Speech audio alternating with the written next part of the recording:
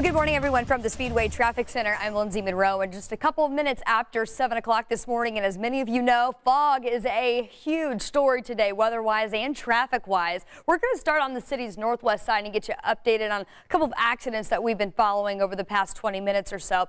There's a crash in the southbound lanes of I-65 as you're approaching 71st Street, and that's why you see all of these brake lights in these lanes right here. That crash has caused some lane closures up on the city's northwest side, and that is starting to create some delays if you're coming inbound on I-65. So let's head there first, and then we'll talk about another crash over on the west side. This is located kind of right here, and you can see we're in the red as folks are traveling southbound just before you approach that I-465 junction.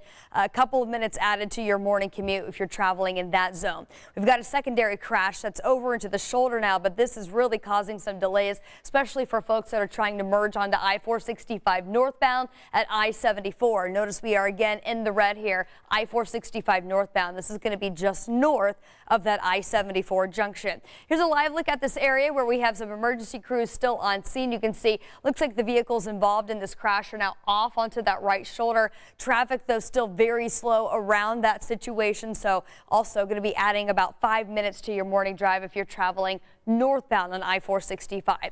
Those are the two major incidents that we are following out there this morning. As you can see, go back to that again because this is kind of our road weather index that I've been showing you throughout the morning. It's a good indication of where we're having the heaviest of that fog settle in. So where you see the red, that's where visibility is less than a quarter of a mile. So if you're driving down the road, you're not going to be able to see much further in front of you. So other cars are going to come up on you quickly, and you're going to come up on other vehicles quickly. That's from the I-65 corridor, really from Zionsville up to Lafayette, throughout Boone County into Tippecanoe County, also down into Montgomery County, Crawfordsville, along the I-74 corridor, up to Kokomo. This is kind of the zone where we're watching for that most dense fog out there.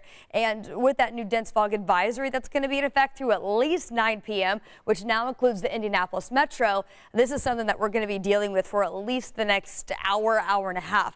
Couple things to keep in mind. Of course, the earlier you can leave the house, the better. You'll want to remember to use your low beam headlights, even now that the sun is coming up. If you flip those high beams on, you're putting more light out there, and that's more light that will reflect off of the water droplets in the atmosphere, making it at times even more difficult to see. So stick with those regular beams. Also, you can use the right edge of the roadway or those reflectors as a guide. And with the weather not being too cool, we've had temperatures in the mid-40s so far this morning. Might not be a bad idea if you get into very dense fog that you could roll your window down and perhaps hear some vehicles that are traveling around you, just so you're more aware of what is surrounding you on the roadway. And also remember to keep that safe distance between you and other vehicles, and of course reduce your speed on mornings like this. Again, over the next hour or two, we are certainly still going to be dealing with these dense fog situations. A couple of crashes out there on our interstates now. Play it safe today, and we'll be here keeping you posted. And remember, you can check WTHR.com/closings for the very latest on the school updates. Have a safe day.